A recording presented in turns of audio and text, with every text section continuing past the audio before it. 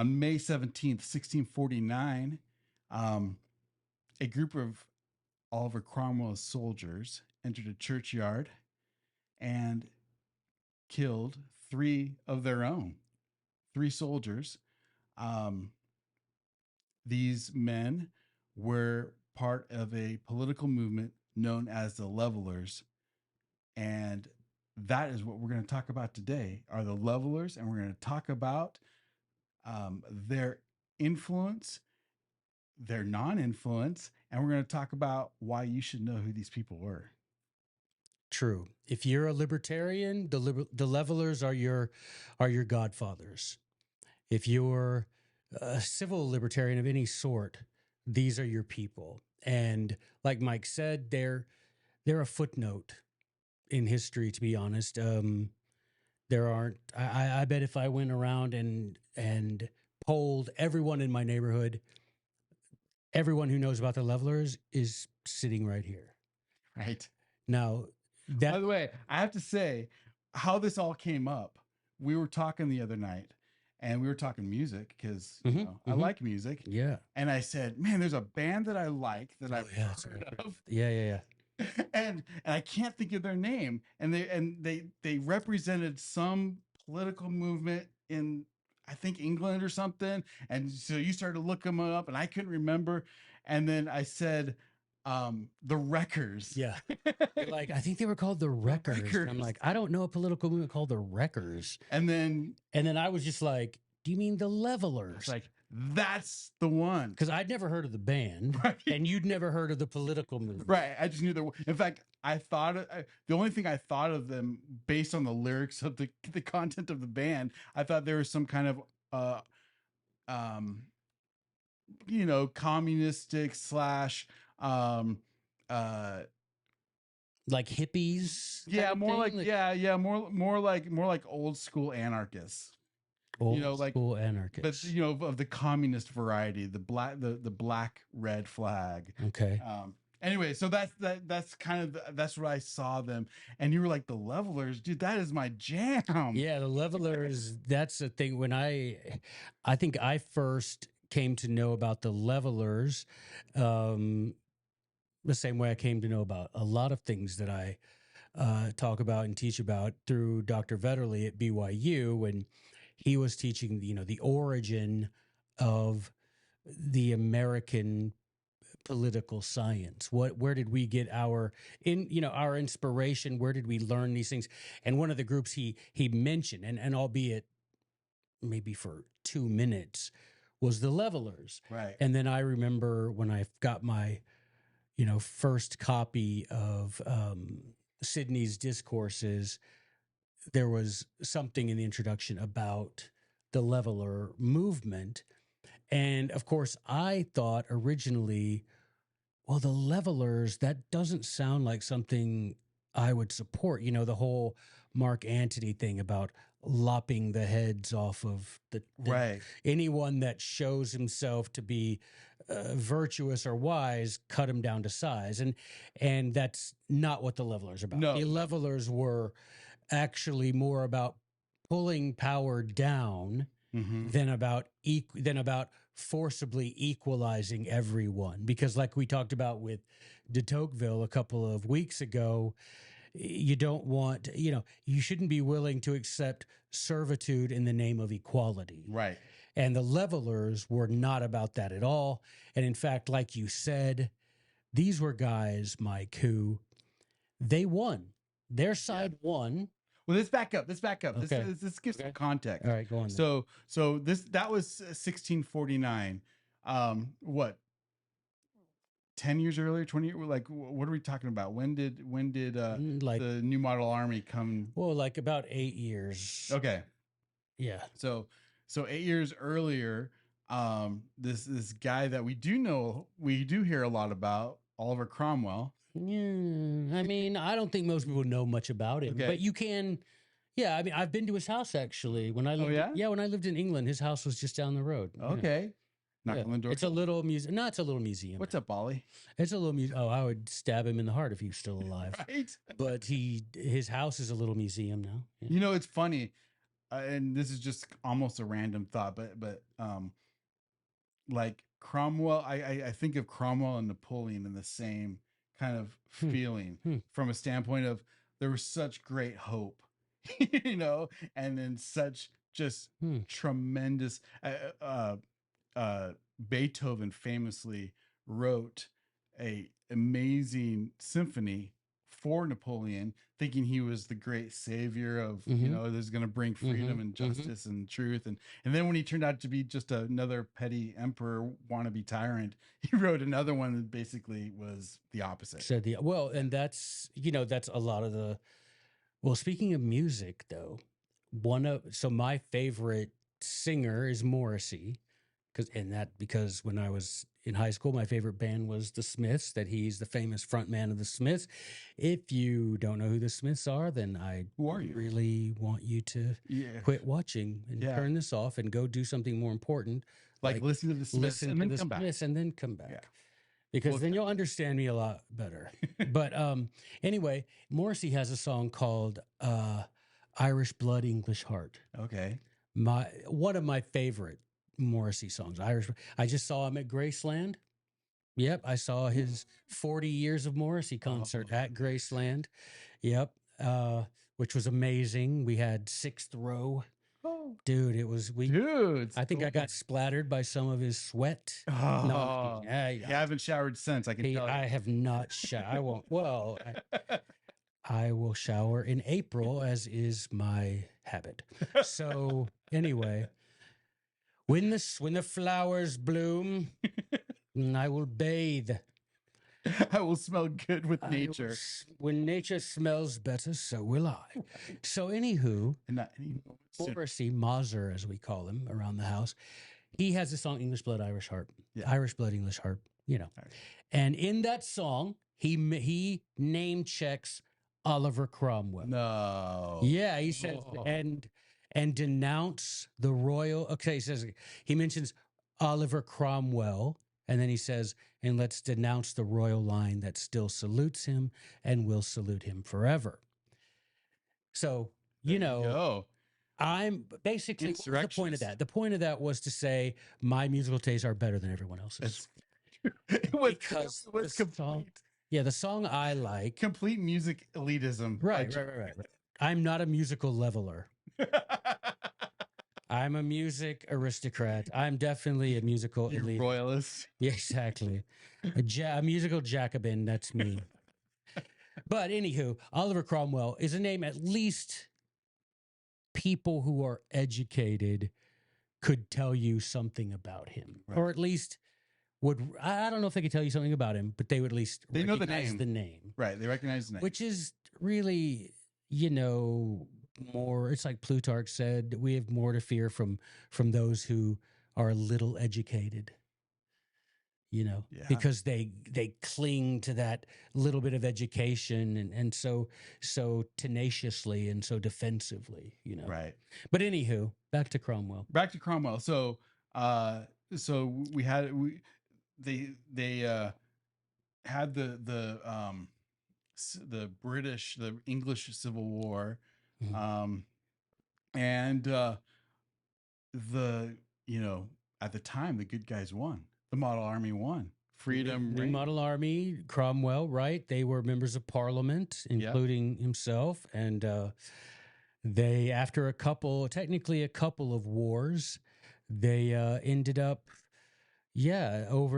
overthrowing the monarch, the tyrant Charles I. We've got to show this, right? They returned to tradition and lopped his head off. Yes, and because that's the only way to treat a tyrant, and so there became a great discussion about, since Parliament was in power, what that should look like, right? I mean, there was a discussion about, like, should we reinstate a quasi new monarchy? Should we overthrow the whole thing? Should we? There were debates that were going on. Right. I mean, well, it's just like it was like an Article 5 convention. Sort of, well, it does demonstrate the power of that. But they get rid of the House of Lords because Mhm. part of Parliament was the House of Lords. They get rid of the House of Lords because there's no such thing as a lord. We're all, equal under equal in the eyes of God, and we should all be equal under the law. But and that this is the sort of agenda that was pursued by Cromwell and the parliamentarians, the Roundheads, as they came to Mhm. be known. And yeah, so once they disposed of the despot, they Cromwell, sort of rose to the position of leadership. And yeah, they began to debate. Well, what sort of government? We're a republic, a commonwealth, right? The English word for republic is commonwealth. Literally means the same thing as we've discussed before. Commonwealth and republic; those are just Commonwealth's an English word and republic's a Latin word. It means the same thing. So they're like, now we're a commonwealth. Um, how should this government look? And of course, there had been people who had theorized what the Commonwealth should look like over the years. And so, yeah, there began to be debates in Parliament. Should we have an elective monarchy of sorts? Well, that was definitely the minority view. No one wanted to walk down that road again, even a couple of steps, that would be the Right. wrong way. So let's have a popularly elected parliament, meaning the House of Commons, and we'll have an executive council of state, Mhm. and we'll have members, and we'll govern this way. And that in and of itself is a good idea. Getting rid of the House of Lords was a Right. good idea.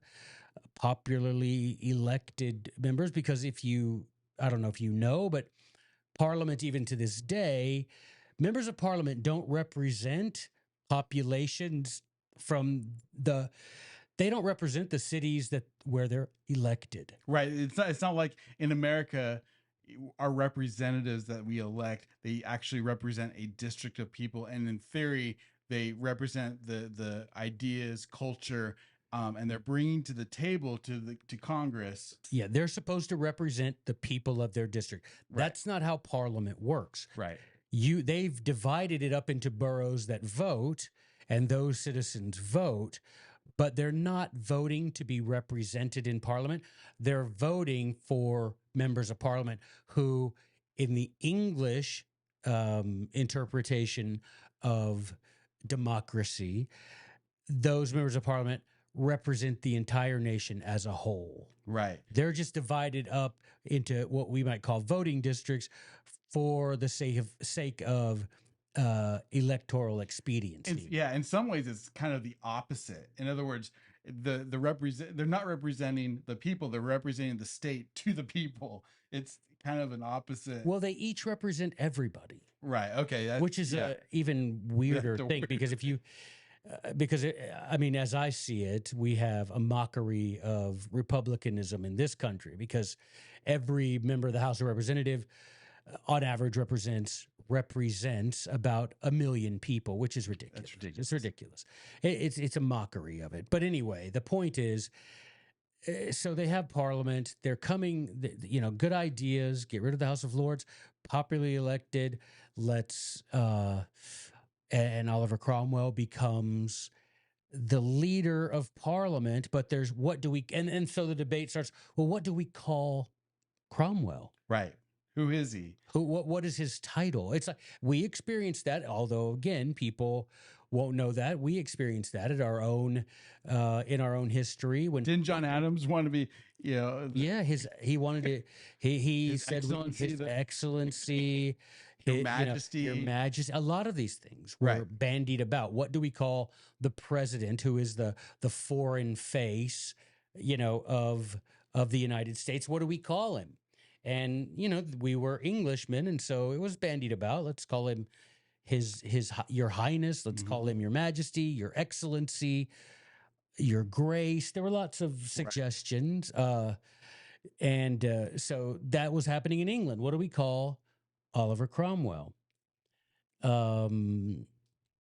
And he ended up with the title Lord Protector. No, because I don't know where that title came from, because they just got rid of the House of Lords. I mean, this is me thinking in my little music brain, like, wait a second, you just got rid of the House of Lords, and so you're the only Lord now? Is that what that is? Yeah, and so some people, and yes, well, and your intuition is the same as many of his supporters. They were like, "Wait a minute, how there are no lords, but now you're the Lord, Right. not the well, I mean, not the Well, Lord, but you're the Lord protector." That seems a bit like a king by another name, right. and he showed himself to be that. He showed himself to be someone for whom power was seductive. Yeah. And when he saw himself surrounded by a bunch of sycophantic slags who supported him and saw him as the giver of goods, then he started to believe his own hype. Yeah. And this caused many of his supporters, including my personal hero Algernon Sidney, many of it, John Milton, James Harrington, many names that you don't recognize, but who were immensely influential on the founding fathers of the United States. They turned on him, on Cromwell, because they're like, wait a minute, this is not at all what we fought for over all these years of this English Civil War. We didn't lop the head off a king just to have one of our own become See, king. and this is where I love, like, because most political movements start because you're getting screwed, so you're on the losing team, and so Right. You end up saying sour grapes kind of right, thing, right? right. And so no, we're You're a leaving sore this. loser. You're a sore loser. You're somehow unable to gain political power, and so we're going to mess things up, and we're gonna slop it up, as they say in the NCAA March Madness tournament. We're gonna slop it up, and and just make a record and start our own movement, and that's how most political movements start. And this is where the Republicans, like Sydney, and the Levelers, I think, are so courageous and so amazing, because they did just the opposite. They were the winners, as you alluded to earlier. Yeah, they were the winners. They won the English Civil War. They had control of the government. All of them. I mean, Sidney and Henry Vane the Younger. They were in Council of State. They held position under the Cromwellian regime. And many of these people. These we're talking when it comes to the Levelers. We're talking for the most part. Well, the organizers of the Levelers, the leaders of the Levelers, were high-ranking officers in the New Model Army. Right. These are guys, generals, colonels, officers in the New Model Army who, well, I guess we need to put there's one thing we've missed in the history, which is Cromwell, upon exalting himself, right, to this Lord Protector, exalting himself to this position. And he decided, well, I've got the New Model Army. They answer to me. I'm going to force my religious beliefs on the country. Now, that really set off some people. Yeah. So he instructed the army, look, you're going to go around England and you're going to put a stop to all of these people who are meeting together to discuss the scriptures, to have prayers together. We're going to enforce our version of Protestantism, and anyone who doesn't like it can have their property seized and be imprisoned. And he literally began using the army to enforce, at the point of a gun, religious intoleration. Right. You had religious conformity. Right. If you didn't conform, then you literally got your property taken under the command of Cromwell, but at the point of a gun of squadrons of the New Model Army. I think of I don't know. This is a movie that I saw. I don't know who else saw it, but 7 Years in Tibet. I think about that scene when the Chinese come to Tibet and they just start tearing up the floors and just messing things up, and tearing down all of You know, all the religious, anything that meant anything to these people, they just tore down. And Cromwell, the model army, was commanded to do the same sort of thing: go into churches, destroy crucifixes, destroy stained glass, anything that that didn't that he considered right, idolatry. right, But understand that he considered, which Now- made him an right, which made him an idol, right, to many people, because it's one of those things, man. If you've got the army, you know, that's why our founding fathers and people after the Cromwell regime had ended were so dead set against a permanent army. right, They'd they had experienced firsthand what a man with an army at his command can do to liberty. So, you know, our founding fathers were dead set against a standing army, right? You have state militias who can come together to form a national, that is to say, a continental army, if such becomes but necessary. that was meant to be a group of citizens, you know, who are prepared and regulated and set aside to do. In other words, it wasn't, they weren't full. It was your volunteer army. Right.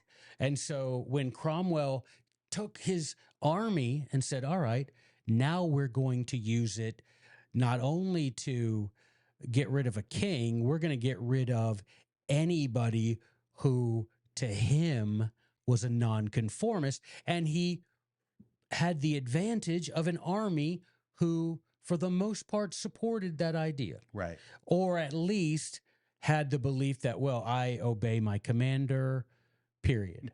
Right. And however, we are blessed, we literally as Americans are blessed to know of a group of officers and men in the New Model Army who refused to participate in the oppression of their fellow citizens.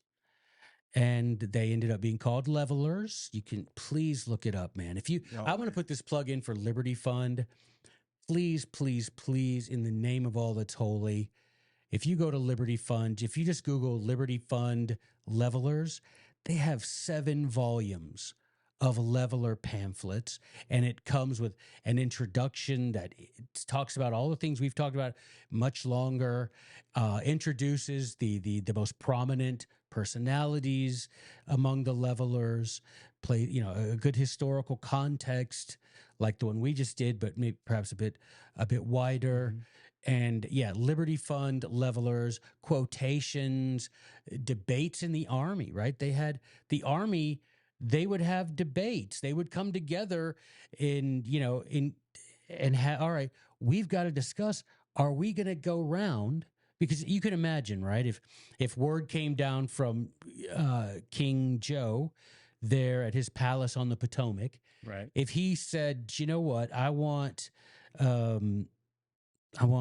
battalions of the U.S. Army to be sent out to seize Bibles from all Americans, because we've noticed a trend that all of these crazy domestic terrorists are all Christian and they all have Bible verses in their social media bios. So to protect Americans, we need to seize these Bibles from these people. Now, the idea would be, at least based on history, that some of these people in the army would be like, I consider myself a Christian, and yeah, well, like I have to obey my commander, but this sounds wacky. right, And so you had that in England. You had members of the army that would come together, and they had the Putney debates is a famous one that Liberty Fund has the record of the Putney debates, the transcript of the debates, where you had members of the army come together and say, what are we going to do about this? Are we going to follow? And then you had different speakers. You had men who became, known to history as levelers, stand up and say, not no, but hell no. right.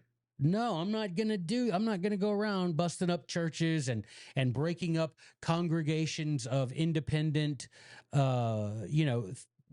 churches of people who gather together, Yeah. nonconformists, Right. Who've done nothing to me, have done nothing to my family. and who theoretically, now that we're a commonwealth, Right. are supposed to enjoy the liberties associated with being a commonwealth. Yeah. And we're taking one of the central ones away from them under the command of a single dude. We just ended that. And so you'll read people, you'll read Algernon Sidney, John Milton, and their writings are like, what just happened? Right. Like, how did we go from, yay, we got rid of a tyrant, to, yay, now our tyrant, now the guy who got rid of tyranny is a tyrant. Yeah. But that's cool because he's my tyrant. Well, and I think for listeners of this podcast, the Return to Tradition podcast, I one of the things I thought this was the Joe Rogan podcast. Oh yeah, the Joe Rogan experience. Sorry, I forgot to tell you. Sorry. Yeah, Joe's gonna be joining us later. I'm gonna have to put in a call, Mr. Rogan, J Bone. What up? Come on in. Yeah, you lied to me, sir. We might have time for him. We'll see. His people been calling. I don't know. It's a scheduling issue. Y'all know how it is. It is. Joe, we'll get back to you. Don't give up hope, buddy. Keep shooting your shot, Joe. You make it on the Return to Tradition. You'll be on this podcast. We'll let you on someday. You'll be in the queue. Trust me. All right, go ahead anyway. Anyway, imagine. Let's just imagine 6 months from now. It's November, and Donald Trump wins. Donald Trump wins the election. And maybe he decides, we're going to be sending some troops to, I don't know, Ukraine. We're going to send some troops to some other Middle Eastern country for no reason. We're gonna send some drones out and above.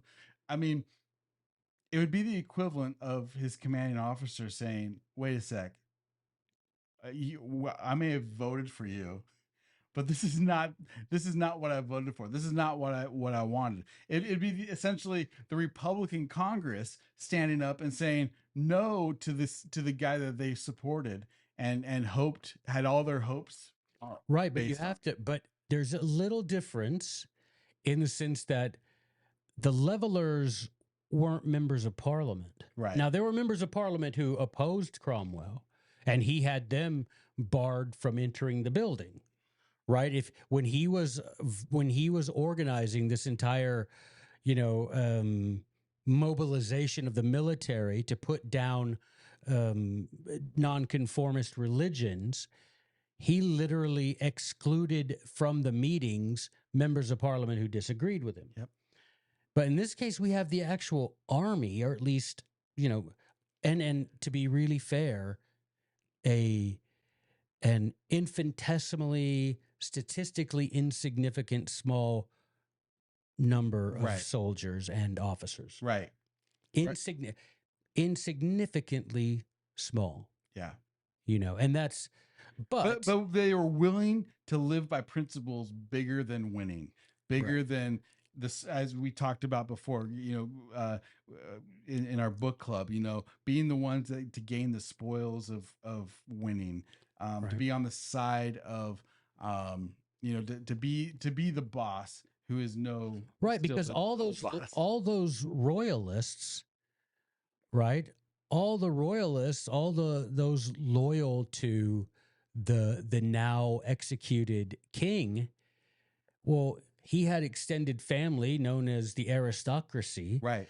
And the House of Lords had been abolished. They were still around. Well, they still owned large tracts of land, right? And large tracts, right? Everybody got that reference? You got it? I got it. Okay. Yeah. But I don't love her. But she's got such large tracts of land. Look it up, kids. Who doesn't like a good large tract of land? I'm telling you, man. I do. Well, I'm a big fan of large tracts of land. Tracts of land get my I would dare say that. Get my spine tingling, as they say. Yes. So these guys in the new model, think about this, guys, because in reality, unless we learn from this, nothing that we're talking about matters at all. It's academic, scholarly, and worthless, to be honest. But these men who became known as the levelers, who opposed being used by Oliver Cromwell to enforce his religious prejudices on the population of England, these men could have been richly rewarded for their obedience to the Lord Protector. They could have been given land and titles and wealth and position and power. They could have had all of that because, like I said, the leadership of the levelers were high-ranking officers in the New Model Army. Right. These guys sacrificed promotion in favor of principle. Yeah. They really didn't care if the tyrant was one of them. All tyrants deserved the fate that Charles I suffered. Yeah. I think, and I think when you come to a crisis like that, like a real, like when you start questioning your faith and you start questioning the things that you believe in or the people that you believe in, and you start thinking, wait a sec, what's more important? It almost allows you, it frees your mind to think holier thoughts, to think more principled thought. Mm-hmm. And that's what the levelers did, because not only did they say, wait, this isn't right, but they also went further than that, and they started talking, about crazy things like, I don't know, self-ownership. Well, private property Private property. being sacrosanct. Right. Because Cromwell's army was doodly-doo, walking right into your trespassing onto your private property, saying, oi, we see a crucifix. We've seen people meeting at your house on the Sabbath. Gonna have to go and stop. Well, they didn't kill him. Okay, well. But I mean, they took their property and imprisoned them. Right. They killed their ability to talk. And he did end up killing some of the levelers, right? Some of the soldiers. Yep. But, private property, these are the principles that these men believed they were fighting for against a king who had become a despot. And their idea, and then they see one of their own, now that he's in power, trespassing on private property, denying the right of religious worship to the people of England. And it blew their mind. Yeah. And they were like, no, we're going to carry on consistently fighting for these principles, not fighting for this person who claimed to share these values.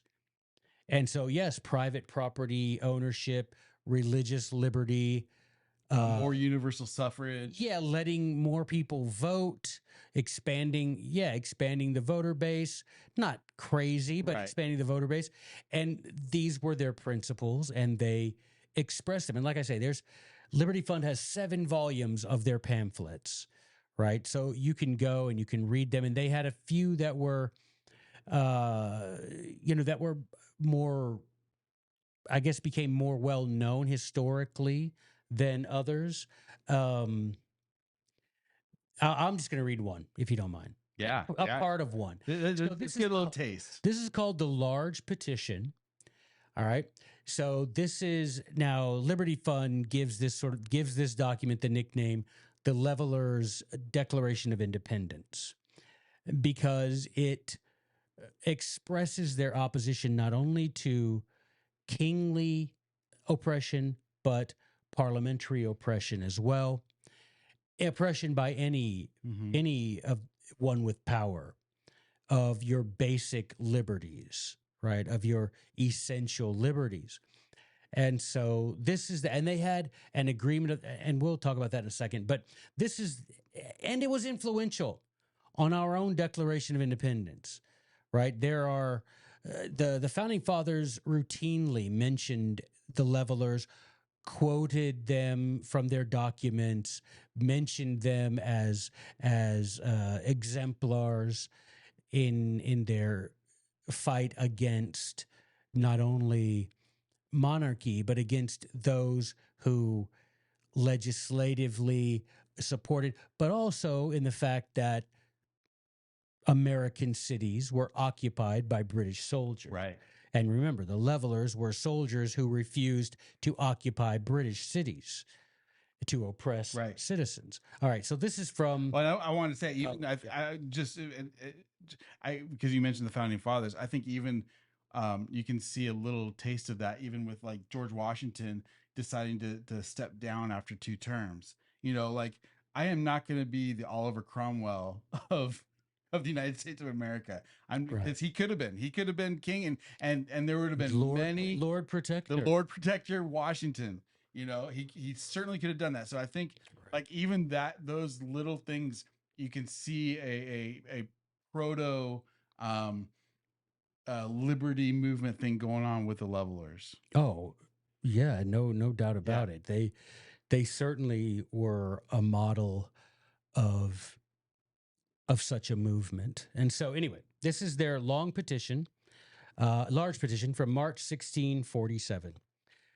That as no civil government is more just in the Constitution than that of parliaments, having its foundation in the free choice of the people, and as the end of all government is the safety and freedom of the governed, even so the people of this nation in all times have manifest most hearty affections unto parliaments as the most proper remedy of their grievances.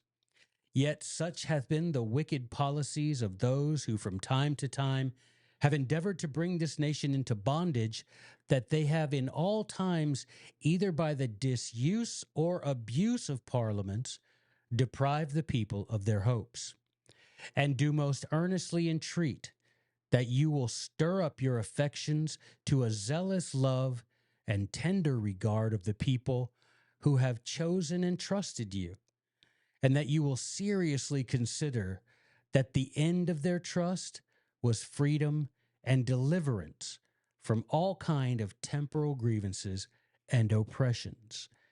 This was delivered to Oliver Cromwell as an attempt to say, oi, remind you of who side, which side your bread is buttered on. Yeah. That these people supported you, and now you're using this body, this parliament, you're using it to do to them exactly what the tyrant, the monarch, did to them. Mm-hmm. And that the end of their trust, meaning the reason they trusted you at all, Oliver, was because you promised them freedom and deliverance from such oppression. And now you're the oppressor. Right. And I love that, because the implication, of course, is that therefore, I mean, what's the therefore? The therefore, we have the right to remove ourselves from your bondage, just like the king, just like, you know, just like the Declaration of Independence did. You know, at any point that the government doesn't suit our principles, our life, liberty, pursuit of happiness, property. Once it entreats on those principles, it is our duty, sacred duty, to put off that government and start afresh, start anew. Yeah, choose new guardians That's right. for our liberty. Well, what did the levelers receive for their courage and their endeavor to restore liberty to the Cromwell regime? I am sure that he became thoughtful, and Cromwell thought about it and said, they got a good point. That's right. I have kind of overstepped my bounds a little bit. I'll tell you what. Let's take a step back. I'm actually going to remove myself. Mm-hmm. I'm going to resign happily, resign, and I will allow Parliament to choose a new Lord Protector or whatever they decide. Yeah, we'll just have a council, an executive council of state. That's what he did, right? Yeah, that's exactly it, and that's why he's so revered today. That's no, of course. I mean, What- or we'll just imprison them, and Or we'll just throw them in the Tower of London, let them starve, and maybe we'll shoot a few of them. yeah, in a churchyard. In a churchyard. Let's, if we hear they're meeting somewhere, let's show up and let's execute them. Right. Which is what Cromwell, on his orders, happened to those three that did you mention their names? I didn't mention their names. You want to mention their names? I do. Say their names, Mike. Say their names. We've got Corporal Perkins, John Church, and William Thompson. For your service to liberty. Brothers, and yeah. And then you had people like the guy who was the author of that large petition that I read to you, William Walwyn. And then you had John Lilburn, who was a colonel in the New Model Army, Thomas Prince and Richard Overton, all of them renowned parliamentarians, renowned people who fought for liberty under Cromwell's command. They were all imprisoned in the Tower of London. And from this tower, from the Tower of London, from their prison, they wrote a series of, I think they called it an agreement of the free people of England. Basically, sort of, this is what we think we wish would have happened. This is what we anticipated happening when we fought to end the monarchy, when we fought to dethrone the despot Charles. And they wrote a few of these. I'm going to read to you from the last of those. It's called An Agreement of the Free People of England. And just see, I mean, if you feel any sort of simpatico with these men.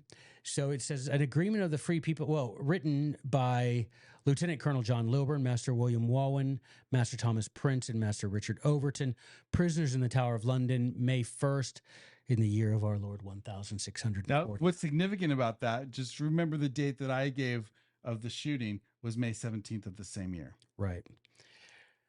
They opened their agreement of the free people of England, tendered as a peace offering to this distressed nation. Now, guys, okay, again, there is no purpose for the study of history except to give you good examples to follow and bad examples to avoid, right?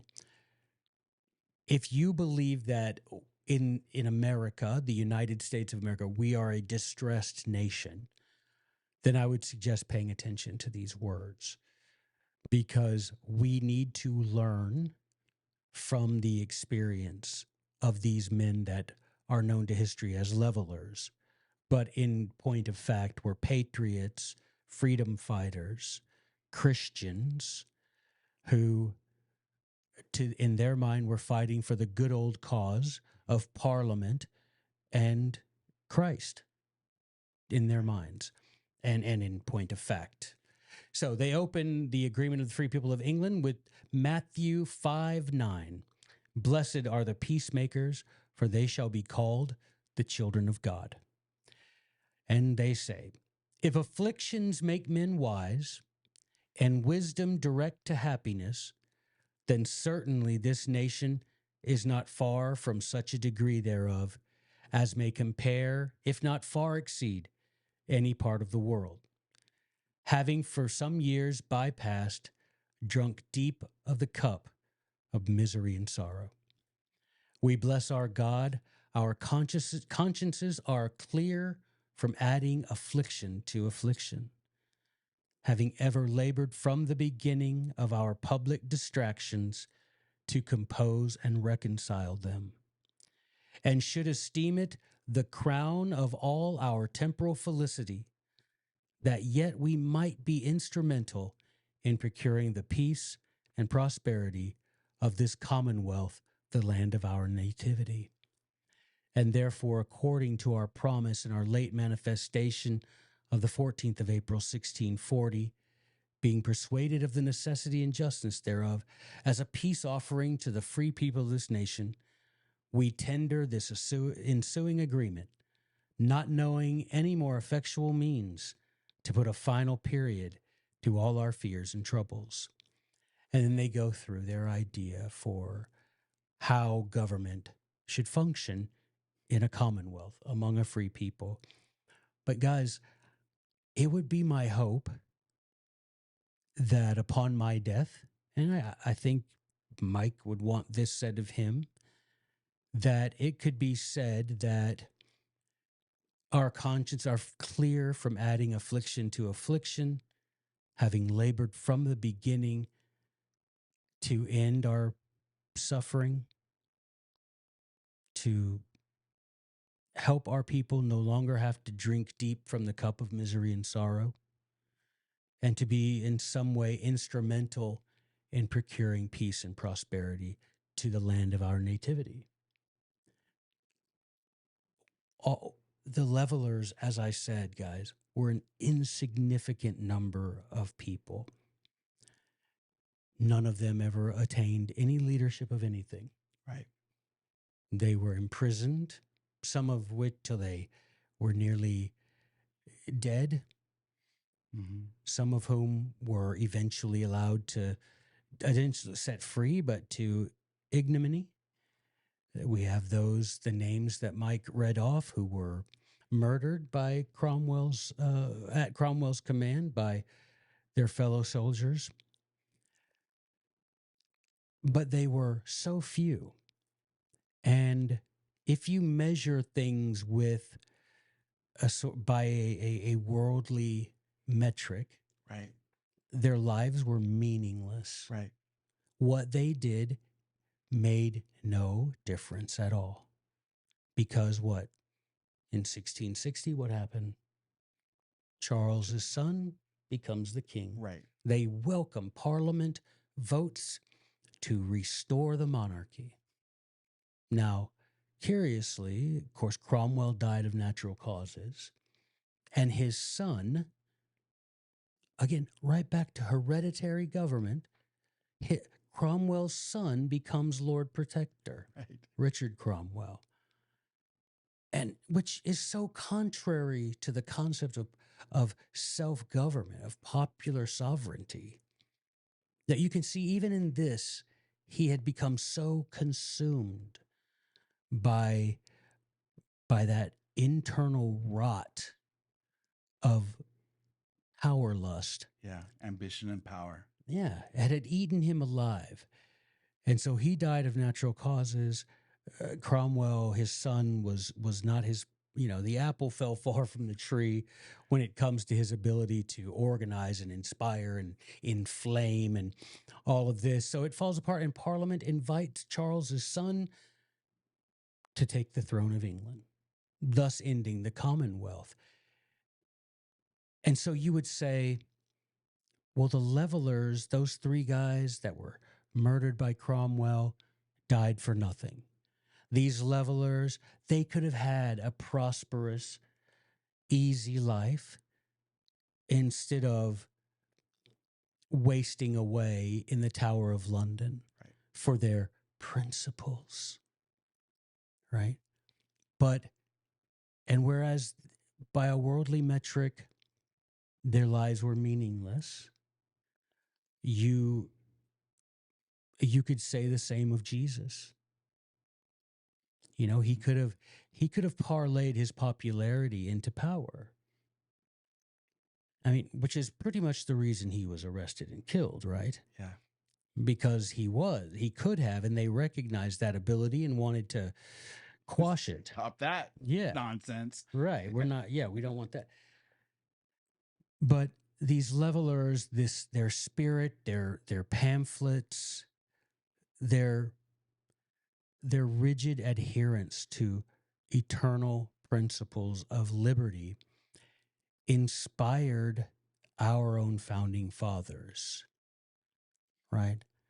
So the levelers died feeling like failures when it comes to what they said, right?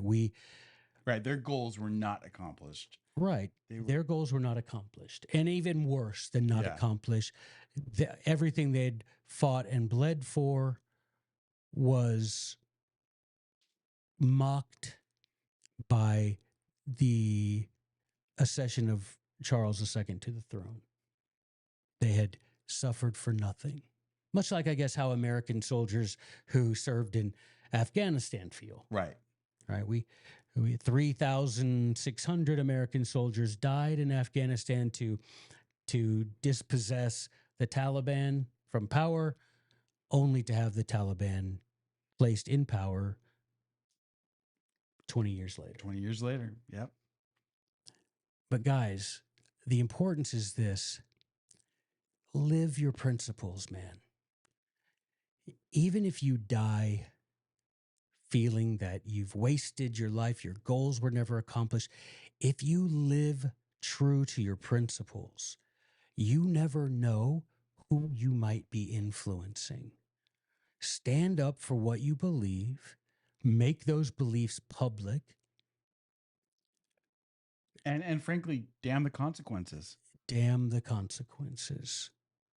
Right? If you end up with your head on a piece of wood on Tower Hill,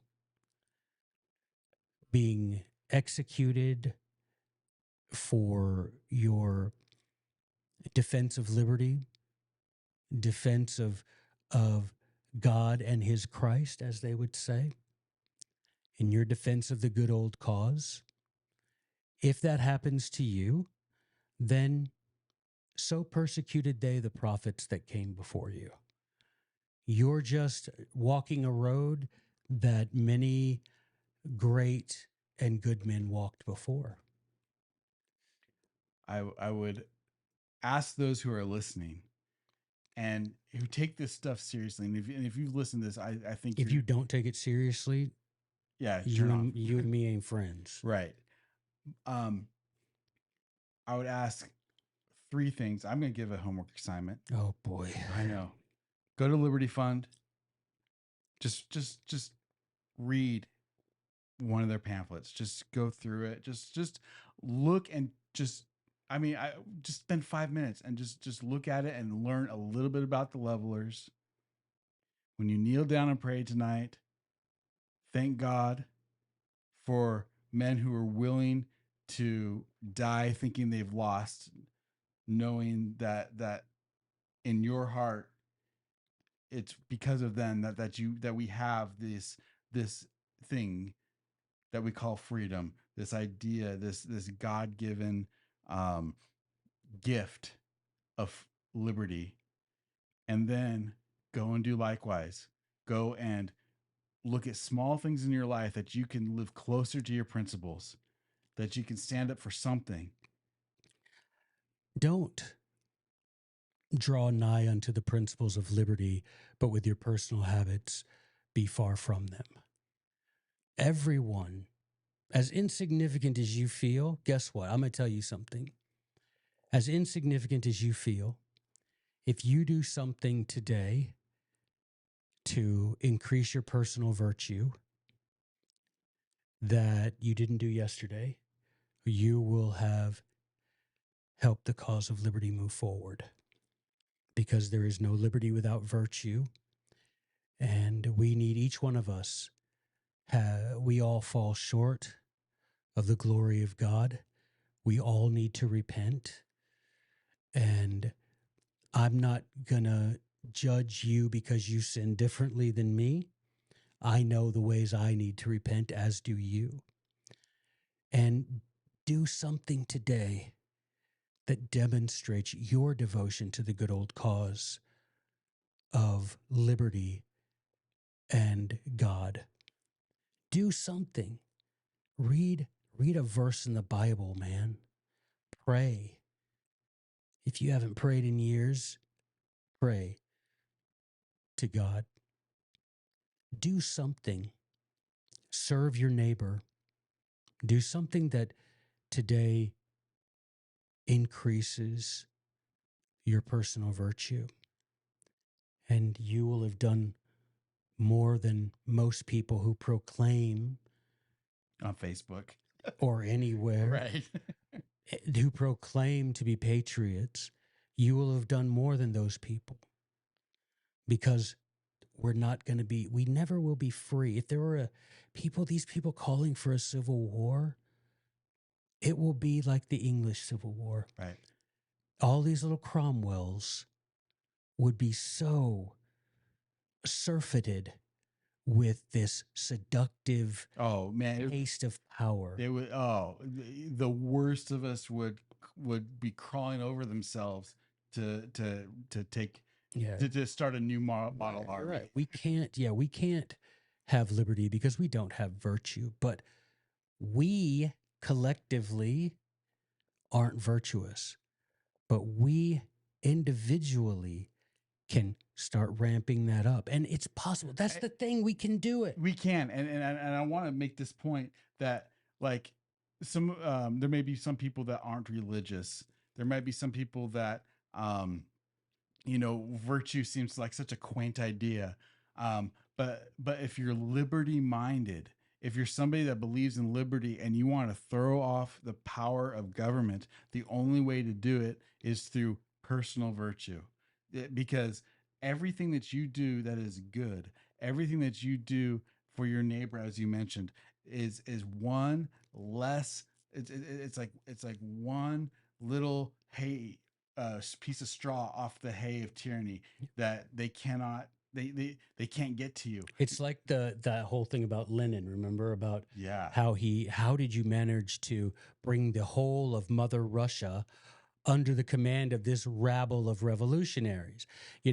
Well, you can't break a broom, but you break one little piece of the broom, and soon you've broken the broom. That's right. You couldn't stand there and rip open a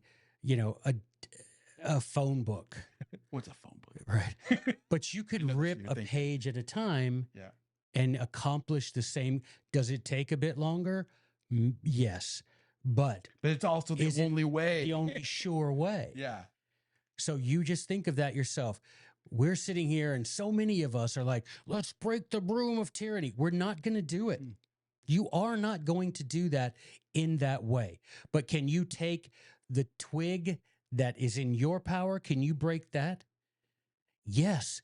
And if we all do it and we each break one of these little pieces of straw that are bound together to form this broom of tyranny, if we all just take one of those little pieces of straw and break it, it will be broken. And I want to take that symbolism and make it like concrete. Like, what does that mean? Because when you do that, when you go and serve your neighbor, that becomes a relationship. Yep. That becomes a relationship that now you feel fealty to them. They feel fealty to you. And you know who you don't feel fealty to? The governor. Why do you think, look, I'm going to call a spade a spade.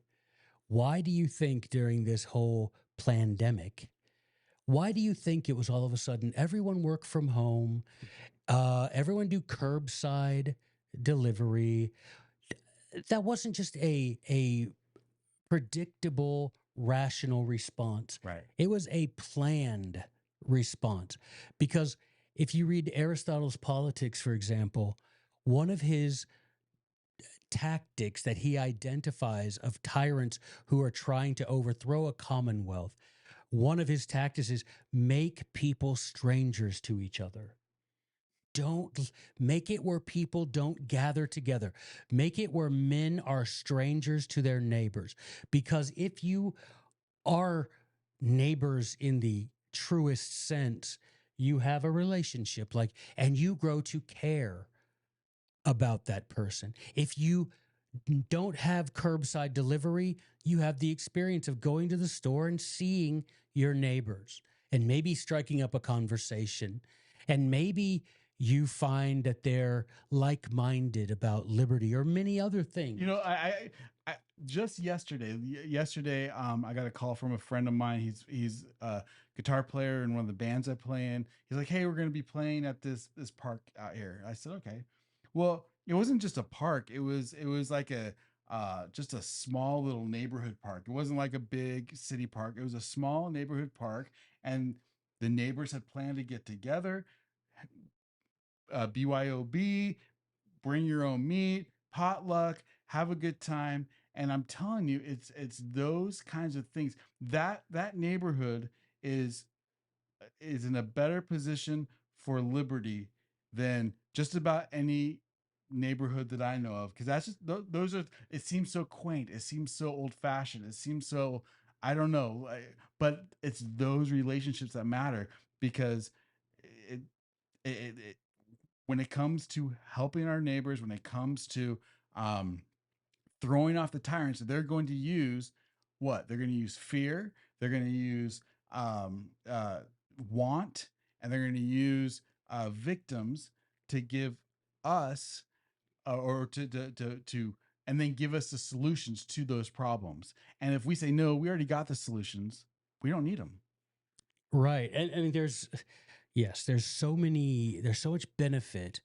It creates a sacred bond that you start to genuinely care about someone, you care about their well-being, and you come to a place where you're willing to defend their safety and their peace and prosperity, and guys, understand that they those corporal, mortal beings who serve he who is the enemy of all righteousness, they do so with a plan. This isn't some ad hoc, attempt to destroy liberty. This has been a plan for ages that has been faithfully followed by those who serve the devil. I'm just going to call it like that. Mm-hmm. And just as our Lord has servants, followers of flesh and blood, so does he who was our father's enemy. And those people are not just hoping that things work out for them. They are planning for it. And one of those plans includes keeping people strangers. Yep. Divide them that we might command them. Right? I wanted to. I don't know if you have more to say on the subject. Well, no, I think what I wanted to say is thank you for introducing me to a political group that I feel very um, kindred spirited with. Please go look them up, Yeah, you guys. I mean, like I thought they were a band. Okay, And they are a band. There's a band. There is a band. You can look up. I'm sure the levelers are going to be like, "Hey, we got some streams tonight. Right. What's the deal with that?" What's the stuff in America? Come, yeah. Anyway, but so I wanted to thank you for introducing me to these people, these wonderful people, and the causes that they lived and died for. Yeah, and there's something that just came into my mind is that people who know me in real life know that 99% of the things I say are funny and jokes and sarcasm and things. And it came into my mind that so often the things we talk about are serious because they are serious. They are things that matter. They are things of eternal consequence, literally eternal consequence. But let us be not as the hypocrites, and when we fast, have long faces and sad countenances. Make sure that people see that your love of liberty makes you happy. Don't let them see you that it makes you constantly angry or sad or feeling oppressed or depressed. Let them see that liberty and your espousal and your fight for that brings you joy. Because it's much easier for people to join with you if they see that your way of living is making you happy. All of us have plenty of reason to be sad. Let's take it upon ourselves as those who support the universal worth of each individual man. Let's take it upon ourselves to show our fellow man that liberty is joyful, right? One of the core tenets of it is to deliver happiness, right? The pursuit of happiness. right? It didn't say the pursuit of anything else, pursuit of happiness, right? Now, to our fathers, that meant the pursuit of virtue as an eternal principle. I wanted to read the final paragraph from the document that I read from the agreement to the free people of England. They ended the document, and go and look it up, because it is sort of it's a you will see instantly the influence of these agreements to the people. You will instantly see the influence on our own Declaration of Independence. It'll be very clear to you, right? I won't have so now. I'll read the end of it here. It says, "Thus, as becometh a free people, thankful unto God for this blessed opportunity, and desirous to make use therefore to his glory, in taking of every yoke and removing every burden, in delivering the captive and setting the oppressed free. We have in all the particular heads forementioned done as we would be done unto.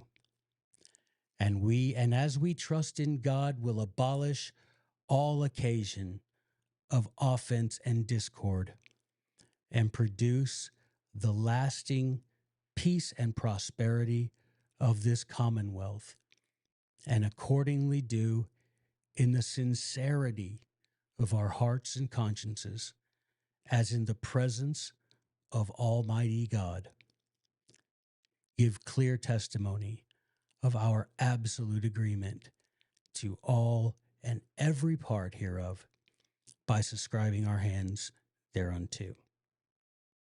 Dated first day of May in the year of our Lord, 1649. There is no people more blessed than the people of America.